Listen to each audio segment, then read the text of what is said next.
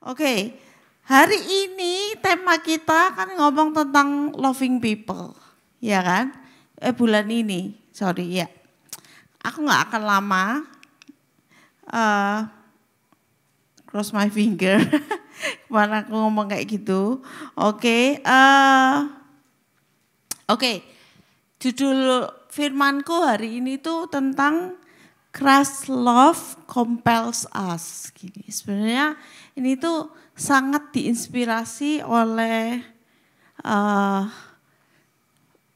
Pastor Kong Hee, firmannya Pastor Kong Hee minggu lalu. Itu ngomongin tentang tentang ini. Mereka itu lagi menjangkau orang-orang. Jadi Pastor Kong Hee sama Pastor San istrinya itu berdoa apa yang mereka harus lakuin gitu. Untuk waktu itu karena pada saat COVID jumlah gerejanya member gerejanya itu decline gitu. Terus Tuhan Yesus itu terus mereka kan berdoa, terus gimana? Karena kan banyak orang yang karena COVID itu habitnya jadi berubah, malah banyak yang menjauh dari gereja. Karena COVID itu ada banyak habit yang berubah sampai akhirnya setelah COVID nggak ada pun orang-orang ya belum balik datang ibadah ke gereja online, padahal online itu nggak terlalu efektif bla bla bla gitulah. Tapi terus Pastor Kong itu berdoa sama istrinya, terus dia itu dapat di hati satu hal dari Tuhan untuk outreach, the unoutreach gitu, apa sih namanya, kayak dia ngomong nyebutnya itu RPG gitu loh. Jadi orang yang nggak pernah terjangkau oleh Injil, intinya itu kayak gitu, bahasa Inggrisnya saya agak lupa kepanjangannya. Nah, orang yang nggak pernah terjangkau oleh Injil, artinya apa? Yang tidak sekalipun tuh pernah mendengar tentang Injil. Karena itu the basic of Christianity. Yang sekarang kita semua itu mulai banyak melupakannya. Dan kalaupun ada event-event outreach atau event-event penginjilan, kita tuh berlomba-lomba nyarinya yang sudah bergereja, ngajak sini. Jadinya pindah yang ada itu dari gereja sini pindah gereja sana, yang sakit hati di gereja sini pindah ke gereja sana, nanti sakit hati pindah lagi. Ya kayak begitu modelannya gereja-gereja kita sekarang. Ada lagi yang modelannya yang sekarang akun-akun satir kayak gereja palsu apa-apa. Itu aku jujur aku kurang suka ya. Karena itu kayak memecah-mecah tubuh Kristus, apa yang mereka lakukan. Itu menurutku not good lah, kayak gitu, nggak baik. Karena Tuhan pun ketika menegur seseorang, Tuhan itu selalu menegur dengan kasih dan in private, kayak gitu. Terus Nah itu hubungannya kenapa? Cece ngelihat ini fenomena yang Cece lihat ya hari-hari ini, termasuk buat Cece sendiri. Jadi dia itu Pastor Kong Hee itu dan gerejanya itu dia dikasih hati untuk reach the unreached. Jadi yang tidak pernah sama sekali ini Injil, tapi dia itu nggak ngerti dari mana. Jadi akhirnya Tuhan itu membuka jalan, singkat cerita, untuk memulai dengan membuka jalan untuk penginjilan ke India. Yang impossible. Di India itu mereka itu bersyukur ya kita bisa beribadah di gereja. Karena di India itu situasinya kayak di Cina. Di India itu kamu itu benar-benar yang kalian sering dapat broadcastan yang pasangan India, pendeta gereja diarak telanjang itu karena mereka kedapatan memuji dan menyembah Tuhan di luar gedung gereja, misalnya kayak persekutuan care atau apa, itu seriously ya. Nah, singkat cerita, Pastor Kong itu punya akses akhirnya ke India bagian India Selatan. India Selatan itu yang benar-benar tidak pernah tersentuh sama sekali oleh Injil. Jadi ada sepasang suami istri yang dulunya itu sekolah SOT, mereka mulai starting church di sana. Jadi Pastor Kong itu ke sana. Pastor Kong itu mulai dapat jalannya itu ke sana, yang dimana akhirnya itu mereka itu akhirnya punya banyak sekali memenangkan jiwa-jiwa itu di daerah India Selatan. Dari desa ke desa, desa ke desa. Bahkan setiap desa sekarang yang dulunya tidak ada yang pernah mengenal Yesus, itu mereka jadi punya kenal Yesus, punya gereja dan banyak mujizat kesembuhan terjadi di sana. Gak hanya mujizat kesembuhan, mujizat yang banyak yang lainnya. Kayak gitu. Sama yang terjadi bahkan lebih dahsyat dari apa yang pernah Tuhan kerjakan yang pernah diceritakan di 4 kitab Injil. Matius, Markus, Lukas, dan Yohanes. Nah, itu yang Cece menggugah hati Cece gitu. The love that compels, Christ love that compels us gitu.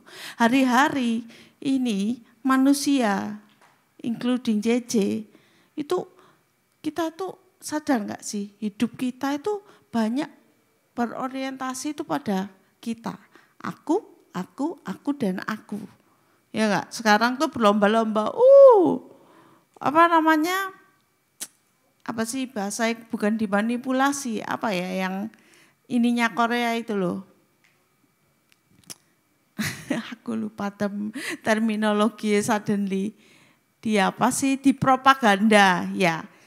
Sebenarnya boy band ininya semua Korea itu adalah propaganda Korea Selatan buat kita semua. Wah, omongannya aja kok jadi berat ya. Ini supaya membuka mata kalian gitu. Jadi sedangkan kita semua itu hasil korban propagandanya Korea Selatan.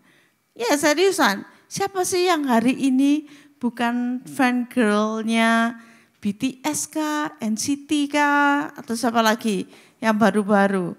NCT apalah itu banyak kan, NCT itu banyak aku sampai terus Blackpink, apa yang dipakai Blackpink langsung booming, jus kayak gitu kan, Labubu kemana-mana ya kan, ya nggak, relate nggak? Aku sih personally I don't like Labubu karena pertama it's a monster, I don't like monster gitu. Terus Labubu itu diambil dari mitologi Cina yang melambangkan tentang keserakahan. Ya jadi kalian harus tahu lah, kalian harus belajar berpikir kritis kayak gitu. Terus ada banyak lagi apa yang cowok taruh hobi mati-matian di mana? Football, komik, mungkin jadi wibu-wibu.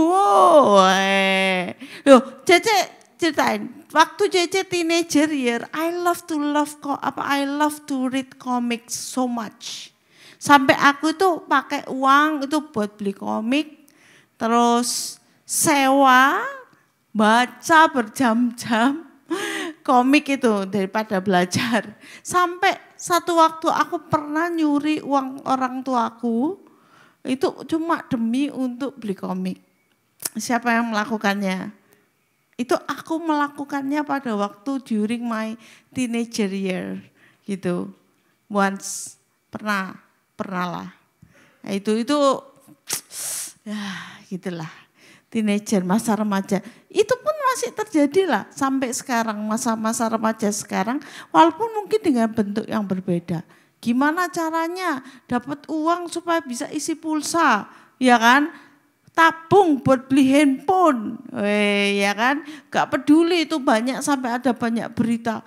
Sampai marah ngambek sama orang tuanya karena nggak bisa beliin handphone, ya toh. Terus jual diri karena supaya bisa ikut mode punya iPhone, ya nggak? Banyak loh sekarang iPhone itu sekarang itu more to fashion gitu. Aku aja baru-baru aja beli iPhone. Kayak bukan aku sombong bukan. Maksudku itu kayak sekarang aja baru pertama kerja yang dibeli apa? Bukan nabung loh. Punya uang dikit langsung beli iPhone. Nah kayak gitu banyak loh. Iya kan? Iya kan? Sekarang terus semuanya itu egoisentris. Tentang aku sukanya ini, aku ini. Terus itu ngomongin soal uang, tentang kesukaan, ya toh. Terus yang kedua, ngomongnya, aduh aku disakiti temanku, aku disakiti mam papaku. Kenapa sih mereka gini? Harusnya dia dulu yang minta maaf, harusnya ini, kayak gitu kan. Kenapa nggak dibalik? Kenapa nggak kita dulu yang datang minta maaf? Dulu waktu Cece teenager year, selain yang bad, Cece juga punya yang good. Dulu Cece kita itu tergabung dalam sebuah pemuritan yang kemarin fotonya sempat di-share Cece Heni. Nah, di situ kita diajari salah satu caranya itu adalah tentang pemberesan. Katakan sama-sama, pemberesan. Ya, pemberesan itu ngajari value yang penting. Ketika kita itu lagi marah, kita itu diam dulu. Setelah kita oke, tarik nafas. Karena ketika kita marah, kita tuh cenderung kan energi. Marah itu adalah energi. Jadi ketika kita marah, kita tuh harus melemparkan energi kita. Entah kita itu ngomong yang menyakitkan atau apa ini yang cowok biasanya, Satria udah gitu ya. Wani tak antemi, itu mesti kayak gitu.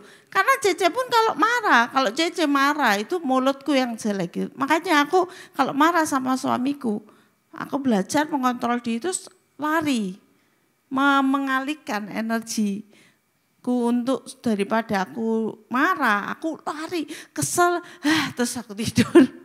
Besoknya aku sudah agak lega kayak gitu. Jadi aku mikir, apa ya aku marah kayak gitu. Nanti karena yang ada hanya penyesalan di akhir gitu. Kalau di depan namanya apa? Pendaftaran, bukan penyesalan lagi. Ya kan? Gak relate jokku. Gak relate jokku sama anak-anak zaman now. Oke. Terus habis itu, nah pemberesan tadi balik ke pemberesan. Pemberesan itu kayak apa? Ya ketika kalian sudah enggak keadaan marah, aku pasti akan datang ke orang yang membuatku marah. Aku akan bertanya, bisa enggak aku minta waktu untuk ngomong? Aku akan datang duduk berdua ngomong. Halo, misalnya ini Maria. Ya kan Cece Maria, aku akan bilang, Mar, sorry ya, aku mau ngomong nih gitu. Kemarin itu pas kamu ngomong kayak gini itu aku tuh mangkel. Nah, saya akan ngomong kayak gitu, mangkel karena kamu kok gitu padahal aku tuh nggak gini. Nah, itu klarifikasi. Tapi kalau Cece Maria tidak bisa menerima, ya sudah antara kamu dan Tuhan itu selesai. Kamu akan damai sejahtera. Karena kamu sudah mengungkapkan kekesalanmu dan kamu maksudnya sorry ya dan enggak ini untuk say sorry, enggak takut untuk say sorry. Oke, itu aja, sorry ya gitu. Terus kalau dia masih jengkel atau whatever gitu responnya, kalau dia enggak bisa menerima dengan baik, ya sudah. Itu urusannya Maria. Tapi urusanku dengan diriku dan dengan Tuhan itu sudah selesai. Perkara nantinya kamu masih jadi teman baik atau enggak, ya enggak apa-apa. Enggak usah bermusuhan, kayak Om Bes kemarin ngomong, enggak usah bermusuhan, tapi cukup jaga jarak. That's it. Tapi kamu enggak lagi benci. Nah, itu yang kita harus mulai membudidayakan. Kok membudidayakan ya? Membudidayakan emang ikan. membangun budaya pemberesan itu. Kalau ada, nggak harus terlibat di teman gereja, tapi di sekolah pun seperti itu. Ketika kalian mau membereskan sesuatu, malah yang terjadi dulu ya Cece ya, kalau cewek sama cewek, ya aku mangkel kamu karena kamu kayak gini-gini, termasuk soal cowok. Ya, ini lucu sebenarnya kadang-kadang, yang tapi terjadi kan sampai sekarang. Kamu suka orang, terus temenmu itu tiba-tiba deket ngobrol-ngobrol sama orang itu, tapi terus kamu tuh kayak kesel aja kayak gitu, ya kan? Ya kan, cewek-cewek, ayo ngaku, terus ngomong, oh temenku nikung itu kayak gitu ya, cowok juga ayo ngaku. Nah itu terjadi pada waktu kalian remaja, ya Cece itu juga pernah merasakannya, ya kan? Nah itu juga terus akhirannya selalu gini, kak dulu Cece endingannya itu mesti akhirannya itu tangis-tangisan, iya aku minta maaf ya, iya aku juga sorry ya, tangis-tangisan berdua. Sweet loh, tapi itu yang baik loh.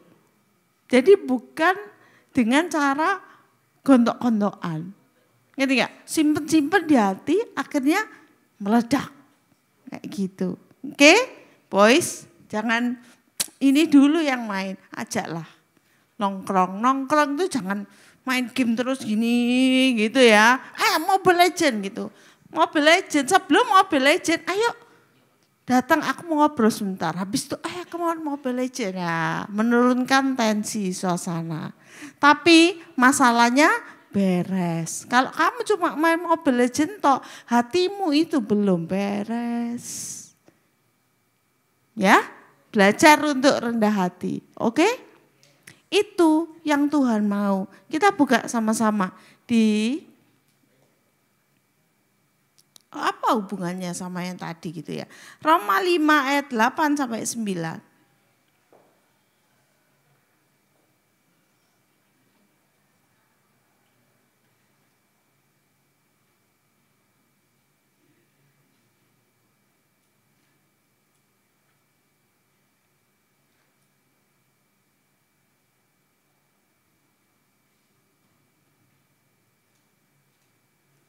Katakan amin kalau sudah sampai.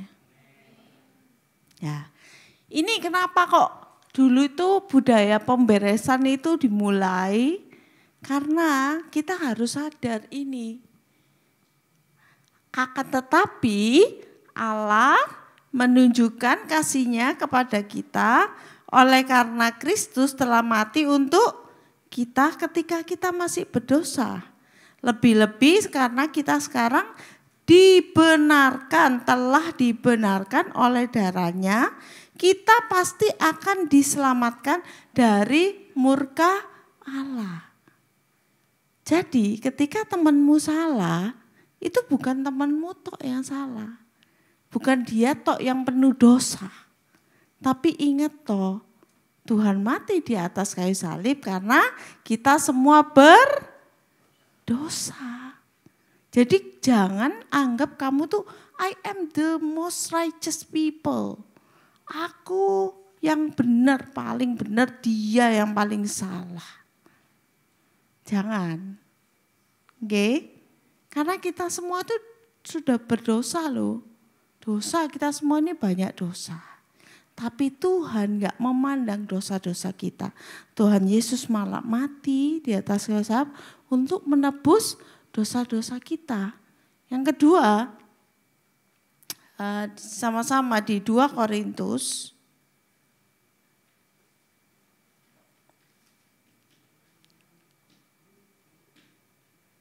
5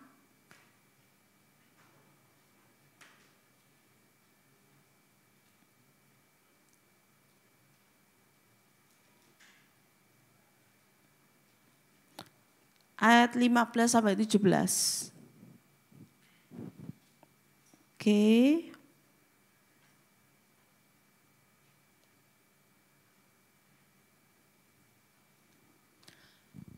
Dan Kristus telah mati untuk semua orang supaya mereka yang hidup tidak lagi hidup untuk dirinya sendiri, tetapi untuk Dia yang telah mati dan telah dibangkitkan untuk mereka. Karena Kristus telah mati. Jadi hubungannya sama egosentris. Tuhan itu telah mati buat manusia. Jangan dimatiin please. Handphoneku. Oke.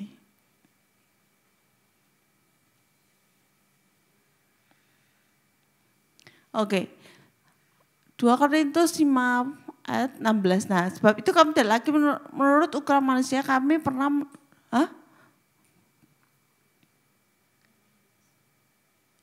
15. Oke, dan Kristus telah mati untuk semua orang supaya mereka yang hidup tidak lagi hidup untuk dirinya sendiri tapi untuk Dia.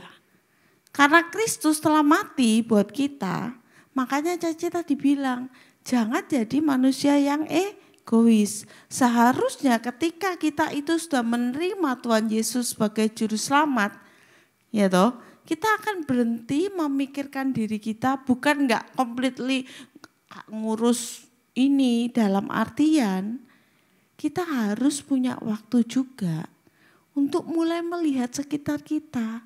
Enggak tentang everything itu about me. Semua dia, kalau kamu lagi jengkel, dia dulu yang harus datang minta maaf. Atau wah, uangku ini aku ngumpulin duit beli HP, beli ini, semuanya untuk kesenangan kita. Tapi kita juga jangan terlalu overwhelmed sama tentang kita, ego kita.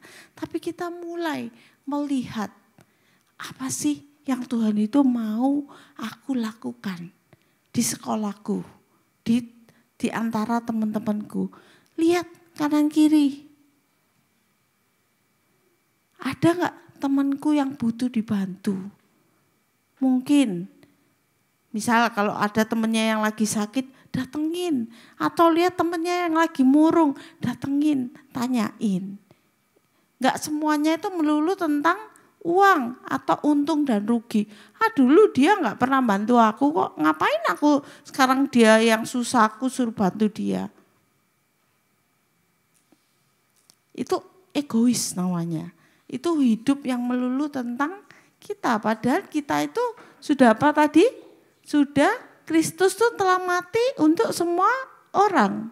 Supaya mereka yang hidup tidak lagi untuk dirinya sendiri. Jadi enggak lagi mikirin tentang only tentang kita. Tapi juga tentang orang lain.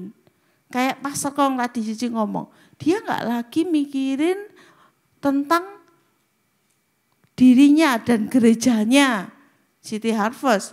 Tapi lebih tentang kayak gimana caranya menginjil keluar. Gimana caranya supaya orang yang gak pernah kenal Kristus itu jadi kenal Kristus. Gimana caranya? Itu berarti mulai dari, kalau kita semua di sini tuh mulai dari hidup kita dulu harus bisa jadi contoh. Orang lain melihat kita bisa memenangkan. Orang-orang yang belum pernah kenal Tuhan, yang gak pernah kenal Yesus. Oke, atau mungkin raise awareness tentang lingkungan.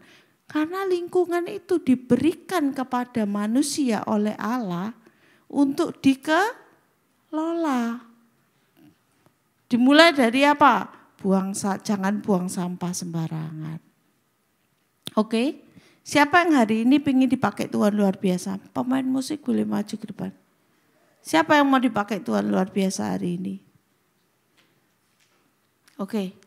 Thank you. Tahukah kalian dipakai Tuhan luar biasa itu enggak melulu kamu tuh berdiri di atas mimbar, jemaatnya ribuan orang, terus kamu berkhotbah, jiwa-jiwa dimenangkan. Tapi kamu dipakai Tuhan dengan luar biasa lewat kehidupanmu sehari-hari. Kalau ada itu tadi, contoh-contoh yang Cici sudah sebutin tadi. Misalnya, kamu yang jadi, kamu yang jadi ini, yang memulai dulu. Aduh, ada temanku ini nih, dia gak bisa bayar sekolah. Kenapa? Ayo ngajak temennya patungan, bantuin dia. Atau sakit, ayo kita sama-sama jenguk. Nanti dari situ, oh kok bisa ya Maria ini kok orangnya kok baik ya. Dari situ kamu bisa, ayo kita sama-sama, oh iya aku bisa kayak gini itu karena Tuhan. Itu kamu dipakai Tuhan lewat hal-hal yang kecil. Alkitab juga mengajarkan setialah dalam perkara-perkara yang kecil. Baru Tuhan akan percayakan perkara yang besar. Kalau kamu mau dipakai Tuhan luar biasa, mulailah dari perkara-perkara kecil. Kok Yoel boleh dibagiin kertasnya?